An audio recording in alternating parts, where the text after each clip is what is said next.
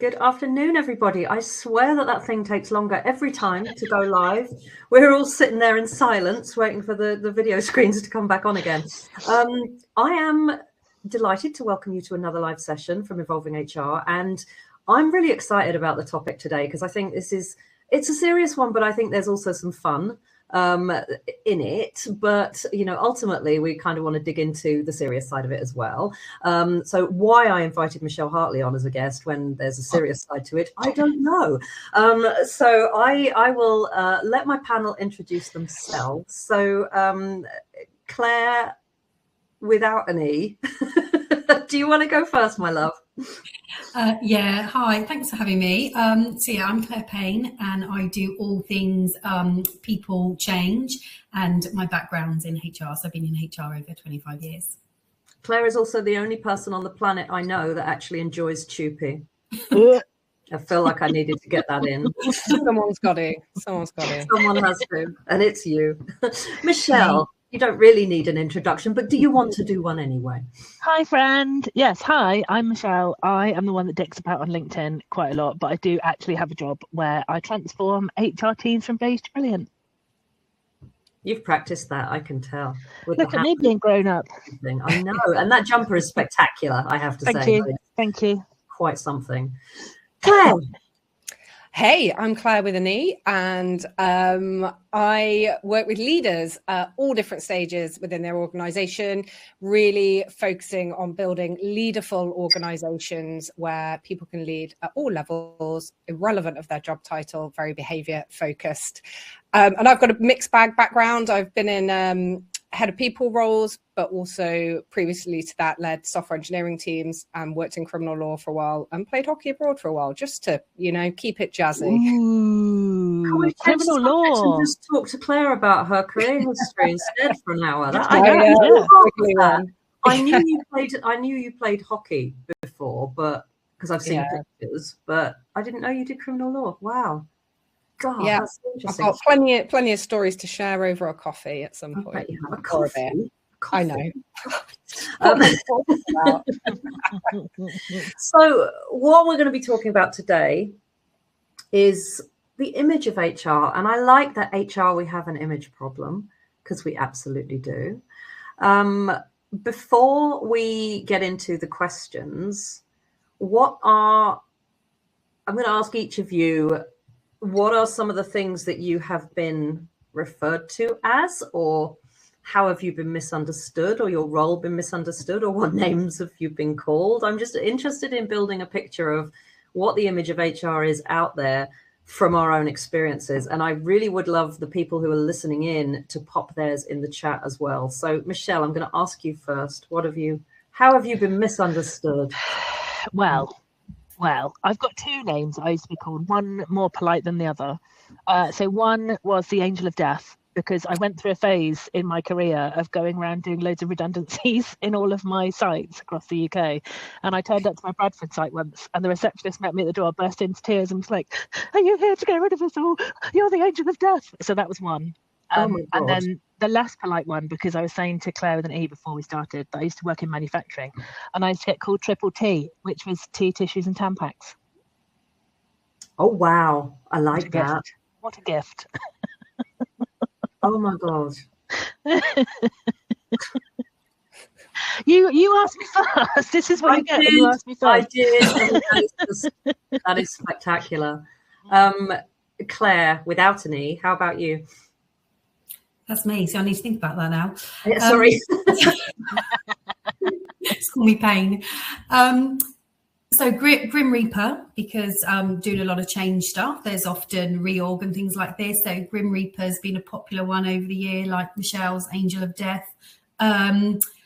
Not personally, because I've never been a lover of policies. People who have worked with me know I'm the first one to want to rip up the rule book. But policy police is one that's often referred to teams that I've gone in and supported. So yeah, fun police, policy police, and the Grim Reaper, I think. I used to work with a guy called Bryn, and they called him the Bryn Reaper. I actually thought was quite funny. I like that one. But there was one day where he was in, because he would turn up in the office, and like you said, Michelle, like people would just assume that someone's getting canned today. And they made a picture of a Grim Reaper and put Bryn's face on it and stuck it on the office door that he was using while he was out at lunch, not knowing that his first meeting after lunch was a termination meeting, and the poor sod turned up to their termination meeting with the Grim Reaper on the door. So that wasn't great. I think, I don't think I've been called names as such. I've had people say human remains, which is just like eye rolling. And then an awful lot of that when you get in the lift just to pop out for a sandwich at lunchtime and other people get in and they're like, oh, quick, don't say anything. HR's here. Like, oh my God, no one's ever said that before. That's so funny. Oh my God, Hatchet Helen. Hatchet Helen. Oh, that's terrible. I really like that one. Fun police, woman who does the fluffy bits, note taker. Oh no, yeah, I've been sort of the tease maid kind of thing as well. But yes, and you know that I've got a phrase for that, don't you? We've had this conversation. So when when you're the only woman in the room, typically you're normally the HR woman in the room, and they go, Michelle, would you mind taking the notes? I have the most perfect answer, which means you will never, ever, ever get asked to take the notes again, which is, are you asking me because I've got a vagina? And I swear to God, I never get asked twice. That'd do it. That would absolutely do it. I remember being in a few leadership team meetings when I was quite young, and because I took a role at 27 where I was setting an HR department up from scratch. So I was standalone, small business of 50 people, but I had to go to the leadership team meetings. And every time someone would say, Kirsty, are we having tea? I'd just go, oh, I'd love one, thanks, and just sit there. Yes, queen. And then if somebody made me tea, I would make it back. It's not about that. It was just this assumption that the young woman in the meeting would make the tea, and it really pissed me off. So what else have we got? Dennis Anonymous. Why am I anonymous? It makes me sound like a Guido Fawkes. If you don't put your surname in when you sign in, it just puts you all as anonymous. We were thinking that it was loads of cousins. From the same family. Oh my God, Nikki's just put the Wicked Witch of the West. Nice. They're also lovely, aren't they? And heartwarming. Yes. Yeah. Mine's a slightly different take. I was called ELA, which is emotional support. Oh, sorry, no. Wait, ESL. Sorry, ELA is my program. Forget that. This is not, I like to just put that in there. Clang. Have I mentioned? No, emotional support Lowry is what I used to get called. And we created a Slack bot where if I wasn't around, they could message the Slack bot and say, how would Lowry respond to this? Which at the time, and we'll probably dig into this, I felt like was a compliment. You know, they think I'm really helpful and supportive, but actually it was because they expected me to be their therapist and not have any boundaries. And yes, yeah, we can get into that more. 100%. And I think the other thing that we've probably all been accused of is only being on the side of the company. Like, HR is not your friend. And I would just like to say once and for all, why did you fucking think we were? Yeah. Marketing's not your friend either, nor is finance, you fuckers. We're colleagues. We're colleagues. And we also work for the company. So, you know, it doesn't mean that we're not nice. But, I'm not nice, but that's okay. You only work on the side of the company. Kind of what we're paid to do. Like, we try and do it with as much empathy and kindness as possible. And we try to make sure that people don't break the law or do discriminatory things. But ultimately, we work from the company. Joe Bailey, can I ask, are these comments coming from all levels of the organisation? Yes. Yes. Absolutely. Yeah. All of them. Yes. Every single layer you could ever possibly imagine. Yes. And these are all ones that are said to our faces, right? The ones I'm most intrigued about are the ones behind our backs. But also to Michelle's one, I want to know how I'm more open to it if they're really imaginative and they've genuinely put some thought into it being funny. I can take that from the chin a bit more. Probably doesn't help with the perception, but I'm like, at least you've put some effort into it. Yeah, absolutely. Yeah, I'm with you on that. My whole theme for HR used to be comedy before disciplinary. Like, come and have a laugh with me before I discipline you. Like, let's just make it a thing now. That feels like a totally different business strand, is all I'm going to say. Yeah, absolutely. So if HR has an image problem, and I think we're pretty sure that we do, Joe Bailey, sorry, is this aimed at men as much as women? Well, there aren't very many men in HR, so no. It's technically, well, I don't know. My Bryn Reaper one, he was a bloke, but I think it's just aimed at HR, and that just tends to be more women than men generally. But no, I don't. I do think it is probably disproportionately aimed at women. So, who do we think? Who is actually responsible for this awful image that we have within the organization? Do we think that it is the businesses that we work for? Is it the leaders within those businesses, or is it HR itself? And I'm going to come to Lowry first. I'm going to call you that now because of the I know. Yeah, I dropped it in there and save you from Claire's with ease and without them. I really strongly believe, like with most of what I believe in, that this is a collective responsibility. I think it's way more complex than saying it's a single issue. But I think, businesses are responsible for setting the expectations of people's roles and how they need to show up. Leaders are responsible for embedding the behaviors and the expectations and actually dealing with their teams, not falling back to HR to do all the stuff they don't want to do. But HR are also responsible to push back and say no, and support and be an advisor to the leaders within the business. So I think it's coming from all angles. And in some businesses, it's probably more heightened in certain areas than other businesses. But yeah, for me, this is a collective responsibility for the position the business are putting in, how our leaders are showing up, and how we as HR professionals are showing up as well.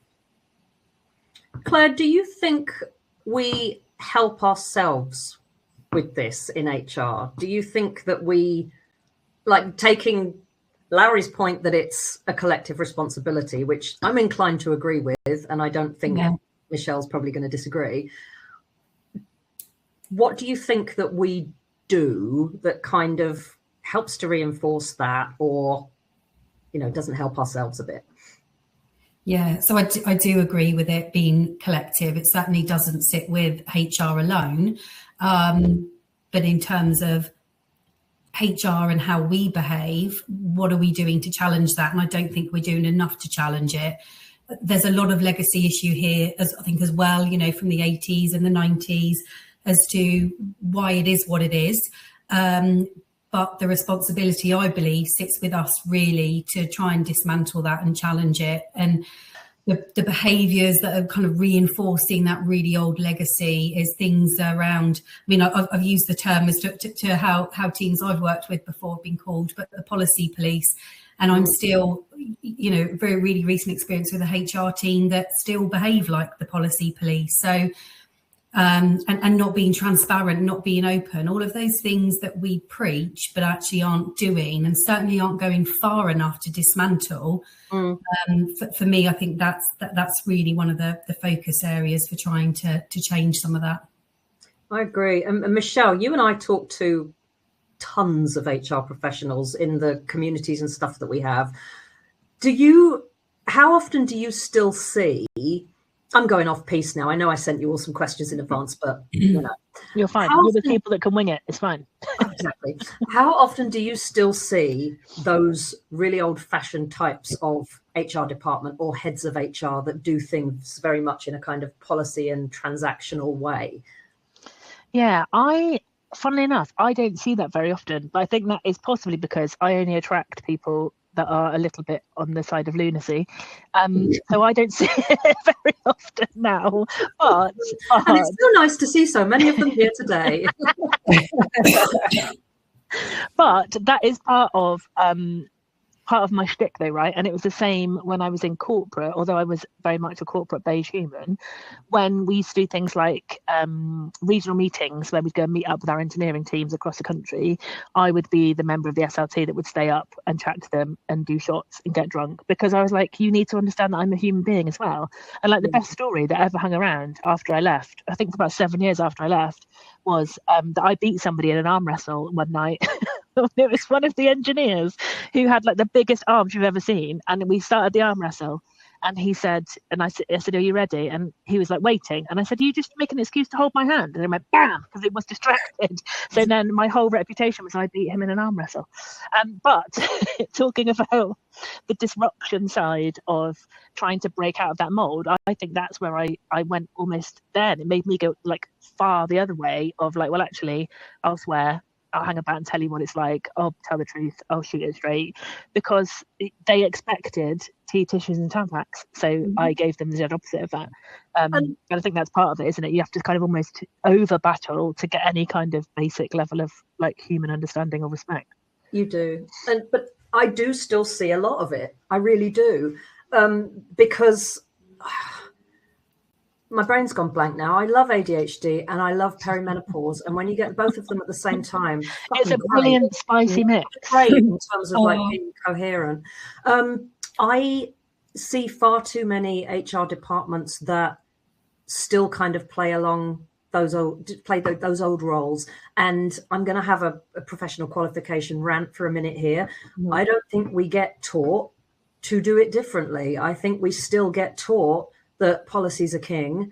And, you know, I work with people now who are like, well, our policy for this. And I'm like, oh God, just like, don't even talk about it. And I think one of the things that we do a lot that is we talk about HR far too much.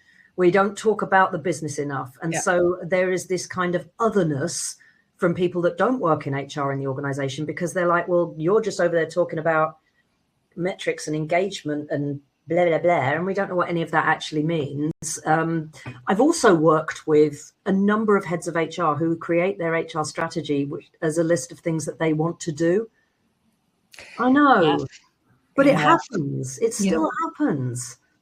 I think that's a really important point here, is we're part of the business, and the business are, you know, like we said at the start, we need to balance what the people need and what the business need.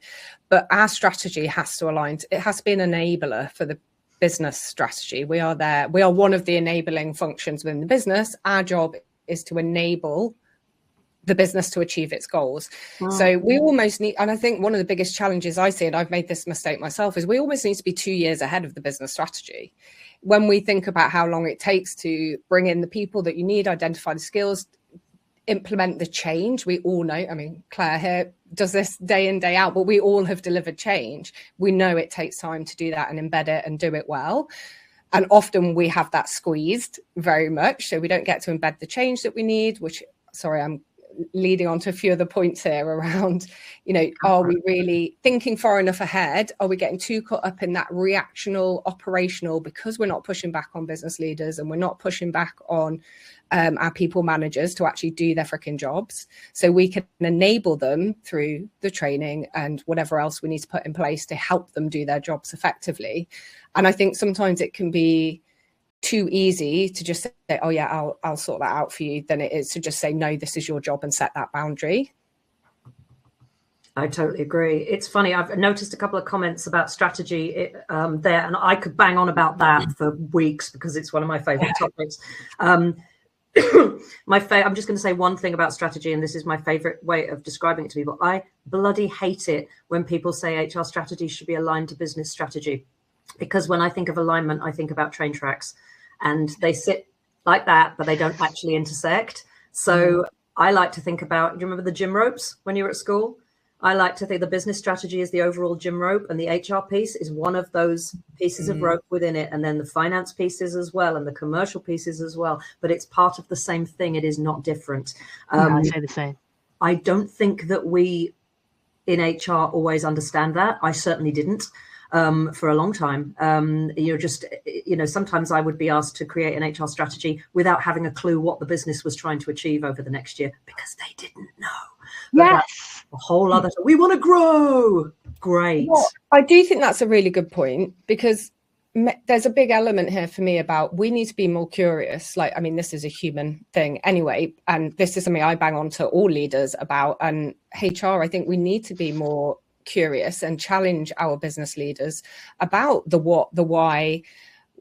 We often I mean, in startup world, but I think it happens in all businesses. We have the magpie leaders who see something shiny, read something on LinkedIn. They're like, well, we immediately need to do that. And we almost have a duty to slow them down and get them to really think about the things that are driving forward. Yeah. And again, we're obviously talking about this from a HR perspective, but I truly believe this is what all leaders should be doing, is that healthy challenge of each other to make sure we understand the context and we're aligned as leaders on what we're doing and why, so we can effectively communicate that and enable it across the organization. And I think often this goes into a few different layers around self-confidence, the feeling of our role within the business and whether it's respected. But they need that. If we've got leaders that are surrounding themselves with yes people, which we see a lot, then it's always going to be hard for us and other leaders within the organization. We need to be able to challenge those senior leaders, your founders, your CEOs, whoever, or your board, whoever it is. Mm-hmm. And it's not about always getting into real conflict. It's just asking those curious questions, seeking to understand, so you can then do the best. I think I've definitely done this earlier in my career. Someone had asked me to do something and I'd go, yeah, okay. Or I would be asked to be, my favorite one, you need to be more strategic. Great. What the fuck does that mean? So that being curious about what it is we really mean, getting as low context as we can, where we're being explicit, that is something I think is really tangible that any of us can just leave today and start asking more questions with positive intent. So, yeah. Yeah. And it's like you say, I like picking up on the piece you said about doesn't have to be conflict. You can train yourself and you can learn to phrase questions in such a way that they don't remotely cause conflict. In fact, you can get it so that the person thinks it was their idea and it doesn't feel like they've been challenged at all. And I think that's the sort of shit that we should be taught. If only somebody had written a book about this, Kirsty, like HR confidence. But I never did it, it's like, yes, I wrote a book. Yes, I have my SPICE program. I created both of those things because they were things that I didn't have and things that I got criticized for, not having confidence and not being strategic enough. So having now learned to do both of those things, I know it's possible. And I want to share that with other people. It's frustrating to me how misunderstood HR are. I kind of think, so where do you think, I mean, we've talked a bit about the work and I've noticed a couple of things in the comments about it being like a societal opinion. And I would not disagree with that. I mean, look at how HR is ever represented on TV. I always think of Dinner Ladies with Victoria Wood. It was Celia Imrie. Celia Imrie was the HR person and she was pathetic. She was pathetic. But it's like, we do get portrayed in a it's so frustrating. I know it used to be called the welfare department before it was personnel, it was welfare. So I remember my great aunts once saying, "Do you still work in welfare, dear?" And I was like, That's the thing, I mean, about that whole legacy thing though. And it seems a lifetime ago when you think about how we've, kind of moved on in the world, but think about HR and how far we haven't moved when you look at everything else around us. And your question earlier about, are there still senior leaders and companies out there operating with this mentality? Absolutely. And I won't name and shame, but there's a really kind of high-end technology company that I've done some work for, and they've really kind of gone backwards in a lot of their, how they've transformed HR, how it's operating now. It's, there's a huge amount of criticism. It's really gone backwards. And I think some of that is a reflection on senior leadership in HR. And, you think of kind of generations, they're drawing on how they were, how they learned and how they were trained. It doesn't take too far to go back to those real legacy issues and the dinner lady type situations. And we know there's some amazing and fabulous people in HR. We know them, and we work with them, and a lot of them are in our shared networks. But there are still so many out of touch senior leaders. And so a lot of the, more junior people coming through, they're on this career pathway. That's what they're seeing. That's what they're seeing and maybe thinking is good. And it's going to take a long time for them to realise it's not. Yeah, absolutely.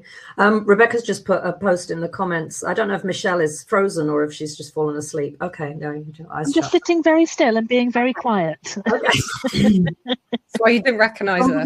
Okay. Where's she gone? Rebecca's put in the comments, HR tends to talk to HR about how good HR is, and it becomes a bit echo chamberish, forgets to show how other people, how it's improved, and so perception stays the same. Michelle made this point, right, around that, staying and building those relationships with the team. And I think I was quite lucky of just how I didn't come from a traditional HR background of policy, employment law. That wasn't, I had to kind of learn that stuff. So when I first went into the people space, as the companies I work with talked about it, but that might be something else we want to touch on of how we're branding ourselves. But I just carried on working how I would when I was running software engineering teams, which meant I went to speak to my customers about what they needed and what the problems were, and got curious and involved them in the processes of designing it. And I didn't realize that wasn't the norm until I built my HR community, because like I said, most of my background had been with software engineers at that point.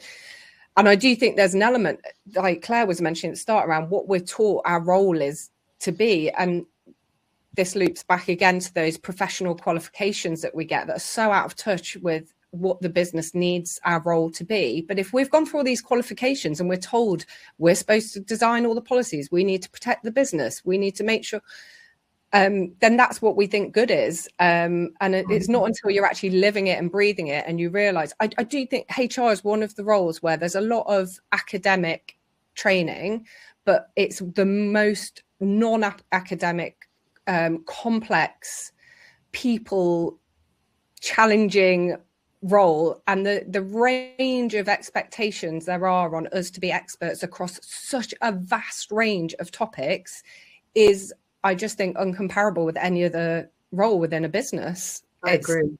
Sorry, I've gone down a few different pathways there. But, I agree with that. I agree with that totally. And I think certainly in the roles I've had where I've had more of a kind of a business partnering hat, I've been, and that term alone is another discussion, but I'm amazed at how so many, and this isn't blaming anyone who does a BP role that wants to be doing more at all. I appreciate a lot of people are kind of confined with the structures that they work in and their leadership. But certainly when you think about business partnering, when you've got teams of people who sit in a head office function, or they're behind closed doors, they're not visible to the business, let alone talking to their business, finding out, what do their business actually need and want.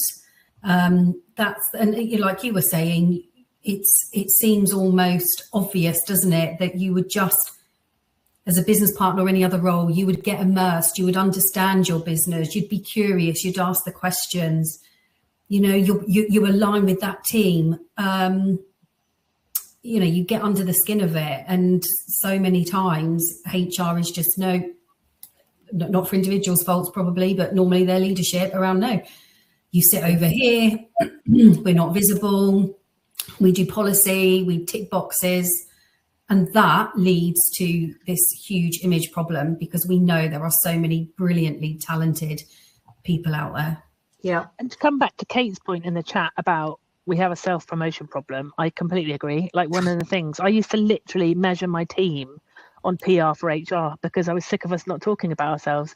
So we used to talk about PR for HR at least monthly, and it had to be somewhere public. So we'd get like an article in the company magazine, we'd send something out to everybody on all users, we'd keep people updated on what was going on, because we're just shit at talking about ourselves, and we need to start doing more of that. And it's something I talk about in my program as well, but we have to literally start getting better or more comfortable with PR for HR, because nobody else is going to say, Michelle, tell me what amazing things you've done this week. They won't say that ever. So you may as well set it out now. Like, put it out now, set yourself a goal once a week, PR for HR in some fashion that has to be publicly visible.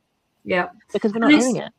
One of the questions that kind of leads in from that is that, why do we think that really good HR work has not translated into a better collective kind of perception of HR. What are your thoughts on that, Michelle? You're nodding very strongly. Oh, very strongly. Yeah, I just think we're rubbish at it. I think I would have, well, I used to describe myself as an HR unicorn before I even got into the unicorn lifestyle. But I think there is something about like pointing out to people what specialist skills we have, because I think they don't realise it. Like when I was in my last corporate, I was doing like corporate events with budgets of 40, 50k, like because nobody else could do it and they didn't know what they were doing and they weren't creative enough to think about how we would do it. Like we used to work for a machinery company that made machines that made food packaging. So the first set of invites were in one of our packs. So you got like a little bacon pack with the invites in it and stuff like that, where no one else would have even thought about that. So then, of course, then it became Muggins' job every year. And I think I was going to say that was badly played. I mean, you looked on a brilliant job of it because I know how creative you are. I always but that's the point, right? You end up. I think I think some HR people hide deliberately because actually they don't want to do the things. They don't want to do the big event things. They just want to do their job and go home, thanks. And I respect and get that completely. But I think there's something about like, and it's that seat at the table thing, and I hate that phrase, but for me there's something about like if you don't get a seat at the table, make your own fucking table. Like the amount of times I'd literally like set out my stall and be like, right, here's what I do for marketing, here's what I do for PR, here's what I do for HR, here's how it fits with our business plan, and this is what we do. And people would come to me because they'd suddenly realize, oh, actually when we had that amazing like sales training session, that was Michelle, I'm going to go to Michelle when I've got one for my team. Like it, because I was sick of it, I was sick of being ignored, so I just set up my own shiny sparkly tent across the room, and that's where people came. But I think people forget that and they get stuck into this like, oh well, I've been told I can only do policies, so that's what I'm going to do. Take your own table. They absolutely do. And like I always hate the seat at the table thing because I had a seat at the table. And you still got treated like a dick. Still completely ignored. So it's like, you know, the thing I always like to say is if you're going to be as useful as the bowl of fruit in the middle of the table, then there's no point in having a seat at it, is there? This. That was me, a banana. It's like, you know, they always put me on the end of the agenda. We always ran out of time. The CFO would shut up. And so we never got to my bit. And did I push it? No. You know, I was not good at that. Like you say, not good at that. But I think a big part of this, because I also have struggled with confrontation, something I definitely had to work on in my career personally. But actually, when you take a step back, it's just relationships. It's building connections with people. And exactly the point that was mentioned in the chat, that we talk to each other. But if we want people to collaborate across the organization, we need to go and collaborate across the organization. We need to build relationships with leaders where even if we can't do that challenge in the room, we can speak to leaders afterwards and say, look, this is what I was thinking, why it was frustrating, or this is the impact. So I think we can take the sting out of that bit that feels really horrible and not nice for us or not natural, and do the thing that does feel really natural to us, which is talking to people and having those conversations. I think it's really easy sometimes to get caught up in this whole, all the bits that are out of our control that we can try and influence, but we can't control the outcome of. And again, something I've had to work through.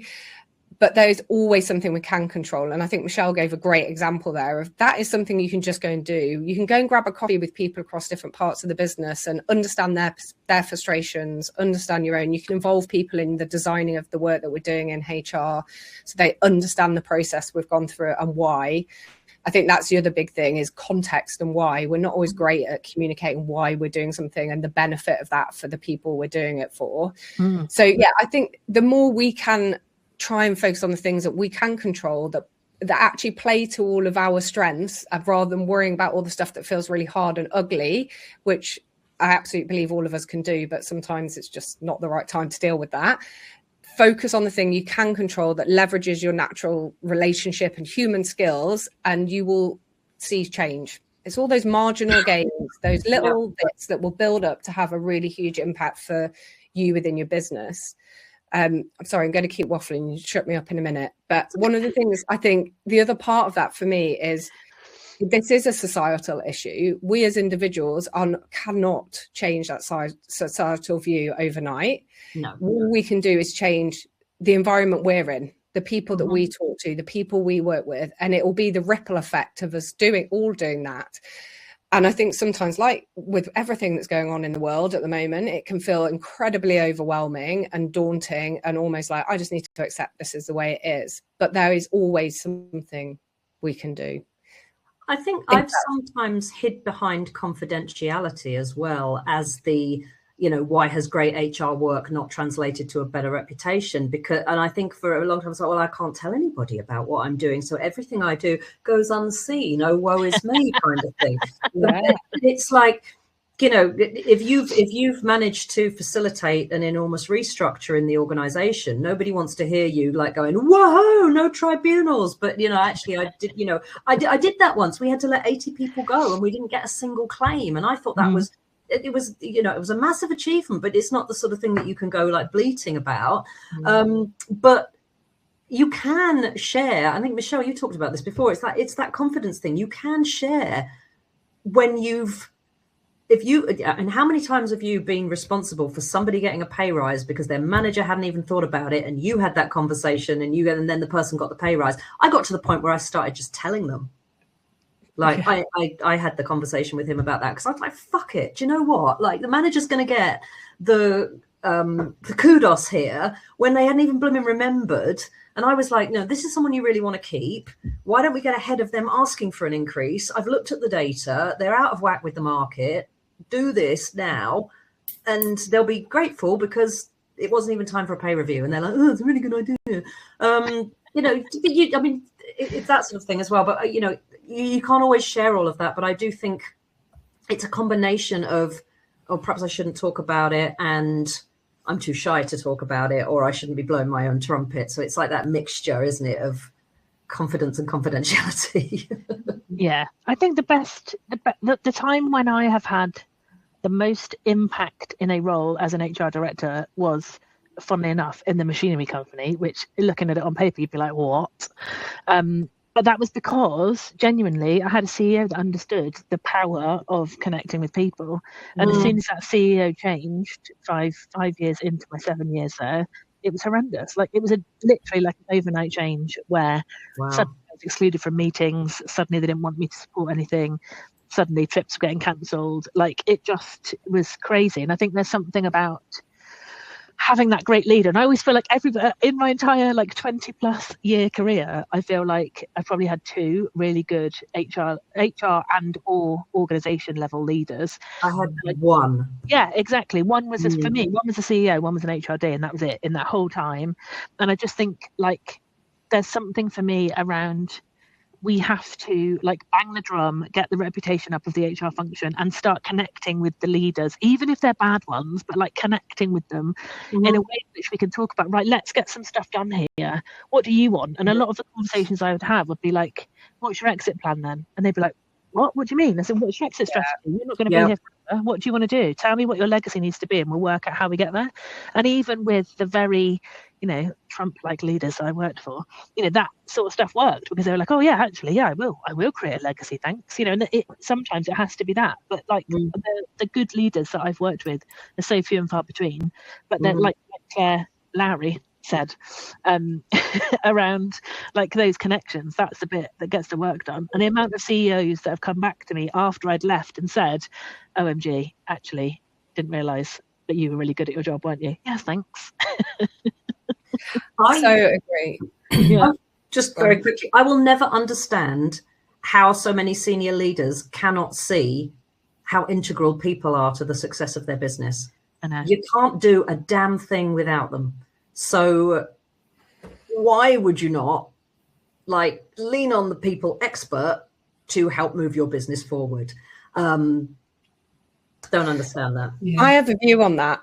And I think we have that problem across a lot of the disciplines in our leadership teams. I think we have really strong functional leaders who understand they're part of the role. But what we are terrible at is telling people the minute they join a leadership team, whether that's a functional, organizational, whatever, their job is now the organization, not their function. So all we do is we put these functional experts together. I always go back to sports analogies. I'm like, would you buy the best 11 players in the world, put them on a pitch together and expect them to just win every game. I wouldn't. I think they would do set plays. They would understand their playbook. They would agree how they're going to communicate, all the basic functions. And we do this in business so badly, time and time again, of getting really excellent individuals and just chucking them in a room and thinking, well, they'll all work brilliantly together. But we know as people leaders, diversity of opinion, diversity of thought is critical to really effective businesses. But that means you have to be super intentional about how all those differences will work together collectively. And this is why I bang on nonstop about collective leadership, because there is only so much we as individuals can achieve. Individual HR leaders, individual marketing leaders, individual finance leaders, we will only get so far. So it's got to be how we are showing up together. And that's why these relationships are so, so important. And I think we obviously really feel it from the HR perspective for really, really valid reasons. But I don't think it's just exclusive to HR in different guises. This almost expects sometimes that engineering and tech leaders can't communicate. They can't link tech. They only talk in technical language. They can't communicate business language. Well, actually, they need to be able to be an effective business leader, which is their role now. I could bang on about that all day. So but I mean, isn't that when I started working in HR, which was 1998, I can remember thinking then that one of the biggest problems we had was that people get put into leadership roles just because they were good as an individual contributor. It's still the biggest freaking problem in 2026. You know, that hasn't changed. It still happens all the time. And I know we're getting off topic now, aren't we? But it's like, it's all related, but it's related, like, because we're saying we need managers and leaders who can do their fucking jobs. So HR don't end up picking up the pieces and actually being strategic advisors. But if we're not setting our leaders up for success, they're never going to do their jobs, and HR are always going to be doing that reactive shoveling shit. So it is super relevant. It's not. I'm just glad someone else has sworn now. Thank God for that. I think we all have now. Claire. No, I'm glad. I rocked us out with a big fat fuckers, and then no one else swore. So I was like, oh no, I fucked up. I must have done it under my breath because I was definitely feeling some swears. Thank God. And it's one of those things because it's so nonsensical. It makes you angry. Eric's now swearing in the chat. Thanks, Eric. Thank you, Eric. It's so nonsensical to me that you put someone into a leadership role and you don't give them the skills to do it properly, and then you also don't hold them accountable when they're absolutely awful to people or they don't lead properly. So you don't help them develop the skills, and then you don't hold them accountable when they do something wrong. And it's like those two things together create probably 90% of the problems that we have to deal with in HR, and it's a farce. It's an absolute farce. Yeah. I think so. Pull it back a second. Oh, go on, Claire. Go on. What were you going to say? Well, I was going to say, I think one of the things we do really badly is talk to leaders about the value they bring to the business as they move through these different stages within an organization. So your value as an individual contributor is primarily your expertise and application of those expertise. Yeah. The minute you turn into any kind of, you might be leading a project, you might be leading a team, you don't have to be a people manager, any type of leadership, the minute you step into that, your value to the business is delivering through others, not delivering yourself. 100%. And we very rarely talk to people about that as we put them in those roles, that this is the value you're now bringing to the business. And we very rarely teach them how to do that effectively. So that was going to be my final point in that. I worked for years with oil traders or commodities traders, and there was a trading leader in every single team, but they still traded. And their bonuses were dependent on how much revenue they brought in. So you've got a head of metals, for example, who is, and actually I'll use a different example because the head of metals was nice. A head of freight trading in the States, one of the most horrific individuals I've ever worked with. His business brought in $100 million one year, and that was a team of 8 people. And so the bonuses that he walked away with nearly $10 million that year as his own bonus, but he was foul as a leader. But who's going to challenge that when he's leading a team through fear that bring in $100 million? No one's going to challenge that. So no, he was, anyway, horrific individual. I'm pinning my lips because I've got so many thoughts. I bet. Same, We'll do another one on shit leaders. Yeah, please. What should HR stop doing, saying, or start doing and saying if we want to be taken more seriously? Claire P. Well, yeah, for me, it's a big one about you need to just be more business. I totally get the confidence thing, because I think there's a lot of reasons why a lot of people in HR roles don't have that confidence. So from an individual point of view, I think you can definitely take some responsibility in terms of that, and think about what support can you get from that point of view. I'd go back even further, and we touched on it earlier, around the training and the preparation for this type of career. And I've always been really vocal about how for me, I feel it's really out of touch. It hasn't evolved. It's not future focused, and I think that's really, really letting down people entering the profession as well as developing in the profession. So yeah, that's for me, that's a real serious somber note. But it's going right back to basics on that one for sure.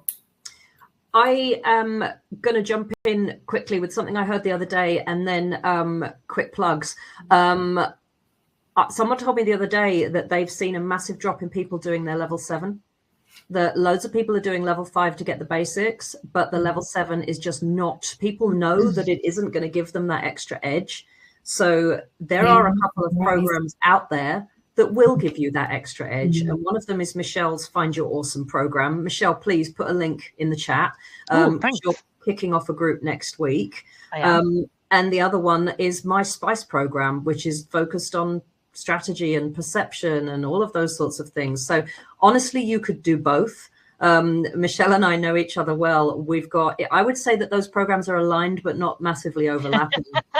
Yes, that is fair. Absolutely. And so I just want to mention that. So my kind of goal with both my program and Michelle's now is like, this is what comes after level 5.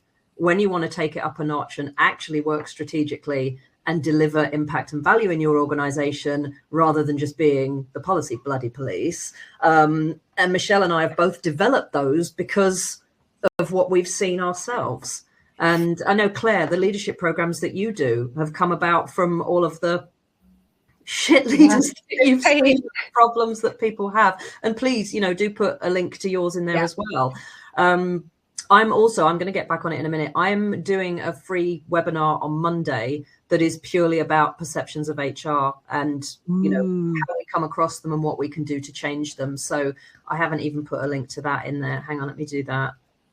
So hang on, free webinar on Monday. That's going to sound so ridiculous to people watching it back. There you go. I'm laughing at Eric because I spelt his name wrong and corrected it in the same minute, and now he said I'm dead to him. So sorry, Eric. He gets really cross if you spell it with I corrected it immediately. I think one of the key things for me from people listening to this is that I don't want people to listen to this or anything else and think, oh, this is just HR whinging about HR again, and people don't think enough about HR, and aren't we brilliant and important? Well, yes, we are. That's a given. But it's all, for me, I think it's really just that people can take a bit of control and a bit of responsibility for it. So if you're lacking the confidence, you can do something about that.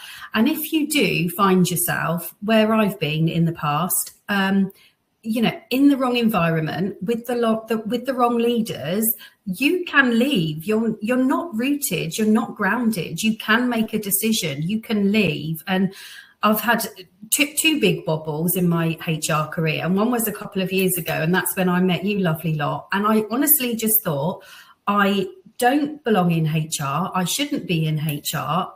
No one does HR like I do HR, and therefore maybe it's me. It's not, because I've met this amazing network of people who do it.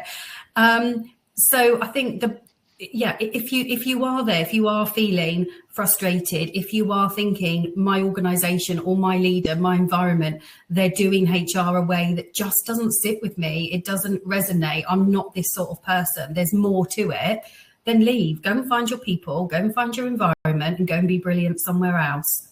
And I think people can really take that responsibility.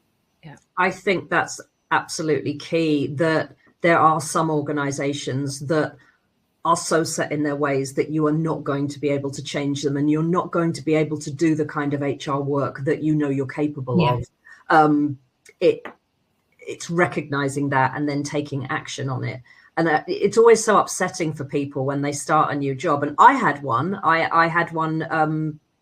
a few years back where I was told one thing, and then I got there on day one and it was like, oh my God.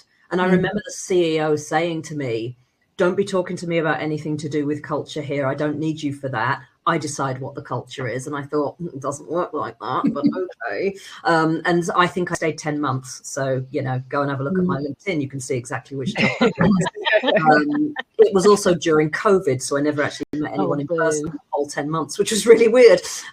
But yeah, so it was recognizing that and thinking, no, I'm not going to be able to do the kind of work that I know I'm capable of here. I think a big part of that is because I totally agree. I always say this, and I totally accept as well. You coming from position of privilege, say just leave, but I do absolutely agree with you, Claire, that we all have sat in roles for too long that have got us into not good places, and life is just way too short. Just put it in perspective. But there's a big piece about knowing who the type of leader you want to be, or the type of HR professional you want to be. What is it you really value? What kind of, work do you want to be able to do? And I think spending a little bit of time on yourself, understanding that, and I do this with all the leaders I work with, is we're going to start with how you want to show up. And then we're going to look at specifically what are the behaviors everyone is going to see from you that shows that you're doing that. And I'll give a little, I always use a platform called Find My Why, and they do a thing called a psychological selfie. It's free and you get a full report, but also like a one pager that's like your values, your drivers. I'll dig out the link. Yeah, I use it with all of the people, all of my emerging leaders, and I use it with people I do one-to-one work with, because I think it can be really helpful to say, okay, I'm really frustrated about a situation. I don't quite know why. I'm going to go to that and say, what are my motivations or values or drivers are missing? What is it that's missing? And then I can take really specific action on that. I'm a super action-oriented person. I get so frustrated when there's not an action. So I think it's really important to reflect, be intentional, and then decide what you're going to do about it. So I will dig that out and post the link in here as well. Do we think that it is, we've talked a lot about a kind of societal perceptions and all of that. Do you think that we will ever get to a point where we aren't complaining about these types of issues?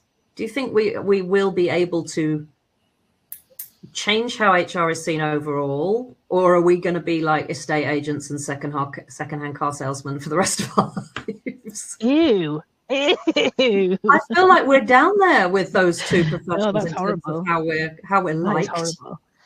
Yeah. I feel like in my last corporate, I'd done a really good job of like people understanding the perception of HR was different. But would that have changed the perception of HR anywhere outside of my team and my organisation? No. So I think it's really hard. And I also feel like HR is quite an isolating job, isn't it? Like even if you're in a team, you still feel like you're standalone, because even when I was leading a team, I still felt like I can't talk to anybody about this. And I think that it naturally then drives itself to be isolating, because you think, oh, well, I can't talk to so-and-so about that because it's confidential, or I can't tell my team about this because it's not yet finalised, or I can't share this with anybody because it's business sensitive, or whatever. So you never have that space to feel like you've got somewhere to share and like have someone to just WTF with. And I think that's the challenge with HR, is it almost is its own like prison. That's quite dramatic, isn't it? It's always there's a loneliness. If you're standalone, or if you're the most senior person in the team, there's a real loneliness there. And I never took advantage. I don't know, the communities that there are now, like yours, Michelle, and Emma, Jamil's, they didn't exist. Mine's different, isn't it? Mine's not really an HR community. It's a bit different. But none of that existed. Even, when did you set up Geeks? 21. Yeah.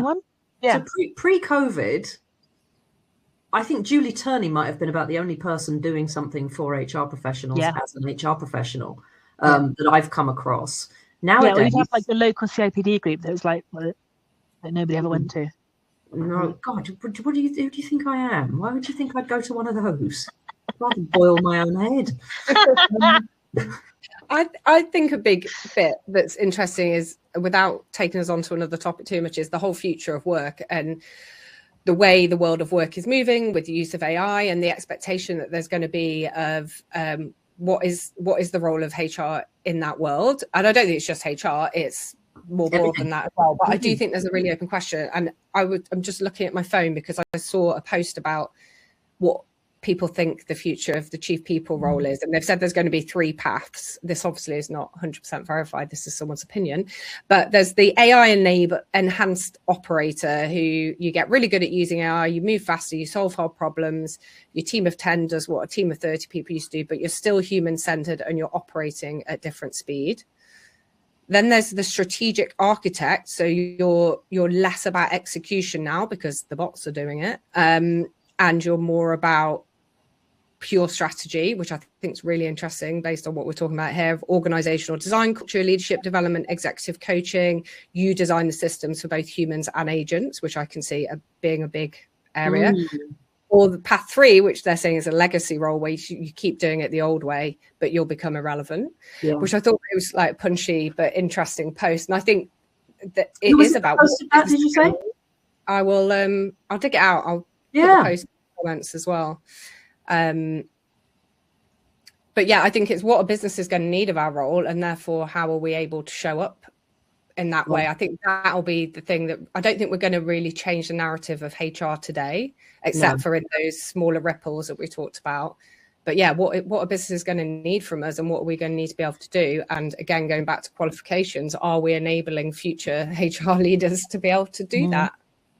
And also, the more we see AI coming in, I think that the more people's skills are going to be really highly prized. I think in time, like 100%. Being able to have conversations, understand people, navigate complex problems, is going to be management, building, communication, influence. That's going to become a craft. Like genuinely will become a craft, because everybody will be living in ChatGPT land. So I think that will absolutely drive the focus more on people, but as Claire said, you have to let go of some of that legacy shit before we can do that. Otherwise, we're going to get sucked into the legacy stuff again. 100%. Yeah. I think there's going to be a big time. I agree with you totally, Michelle. My worry is I think there's going to be a big time lag before that happens, because I'm seeing, you know, and I can't name them, but I'm seeing, you know, really high-end technology companies, in my view, going backwards, stripping everything back to, you know, using AI, but stripping everything back to almost, you know, just kind of a basic chat box. You know, we're not having business partners. We're going to have this central pool of HR people who don't really know anything about your business. Kind of moving to that model. And I think businesses are going to get stung. They're going to have to get their fingers burnt. So I think they're going to sadly learn this lesson that that doesn't add value. That isolates people. That isolates HR even more. You're going back to legacy. You're creating HR as an admin function, you know, just answering a question. Yeah. And the value in actually what do people in HR bring, this real human people contact, being able to connect, being able to join those dots. I think they're gonna have to learn some lessons before they realize, oh yeah, shit, probably got that bit wrong. Yeah, let's do something different. Totally agree. And on that note, we're bang on time. Blimey, this never happens. Ladies, thank you so much. I know I say this every single week, but I do feel like we could have carried on for about another 4 hours talking about that, because there are so many different directions that the conversation could go. But I really appreciate your input, and thank you for being part of this today. Thank you to everybody who listened in. I will send the recording out to everybody tomorrow, and we'll be back in a couple of weeks for another one of our live sessions. So thank you so much, and we'll see you all soon. Thank you. Thanks, folks. Bye. Bye.